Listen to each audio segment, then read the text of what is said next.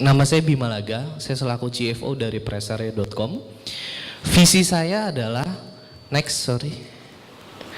menjadikan e-commerce Indonesia sebagai salah satu industri yang berkembang dan juga bersaing di Asia Tenggara.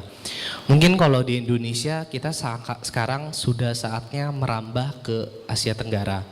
Jadi itu visi saya ke depannya. Terus misi saya, menjadikan IDEA sebagai asosiasi e-commerce yang menjadi mitra pemerintah dalam membentuk ekosistem e-commerce, menciptakan peluang bagi UKM untuk menjadikan IDEA sebagai media terjun ke dalam e-commerce, menjadikan IDEA sebagai asosiasi yang independen dan terbuka, menjadikan IDEA sebagai tempat bernaung bagi semua lini bisnis e-commerce yang ada di Indonesia. Masih di misi saya, memperkokoh kepengurusan dan memastikan tupoksi dari masing-masing bidang berjalan dengan baik, menciptakan kegiatan-kegiatan bagi para UKM dan juga pendamping bagi mereka untuk terjun ke dalam e-commerce, menciptakan kegiatan rutinitas bagi para e-commerce untuk saling sharing mengenai finance, regulasi, marketing, dan lain-lain, membuat event tahunan yang bermanfaat tidak hanya bagi pemain tetapi juga ekosistem yang baru akan berkembang seperti ISE, membangun hubungan eksternal dengan asosiasi lain baik di dalam negeri maupun di luar negeri, menjadikan IDEA sebagai asosiasi yang disegani dan juga berguna bagi bangsa, negara, dan agama kita. Saya punya tema untuk ini saya mempunyai tema 4 pilar dalam e-commerce. Pilar pertama yang saya rangkai adalah kebijakan publik. Mungkin tadi Pak Daniel di laporan kegiatan IDEA di pengurusan sebelumnya, yang dimana saya pengurusan, ada bidang kebijakan publik. Inilah tim kebijakan publik. Ada Sari, saya, Mbak Sinto, Alek, Budi ketua saya, Fahmi, dan sekjen sebelumnya Mbak Anti. Ini kita terlibat dalam pembahasan RPP e-commerce. Maka dari itu pilar pertama yang harus benar-benar kita jaga jika saya terpilih menjadi ketua adalah pilar kebijakan publik. Di sini saya cantumkan jam biar kita di balik layar dari RPP ini benar-benar perjuangan banget. Kita ada jam 1 malam, ada sampai jam 2 malam gitu.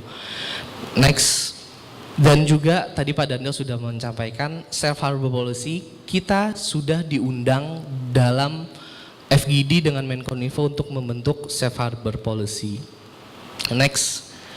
Dari turunan isu yang ada berkembang, kita mendapatkan isu pajak PPN cuma-cuma yang akhirnya terbentuklah grup finance IDEA atas ide dari Pak Daniel juga.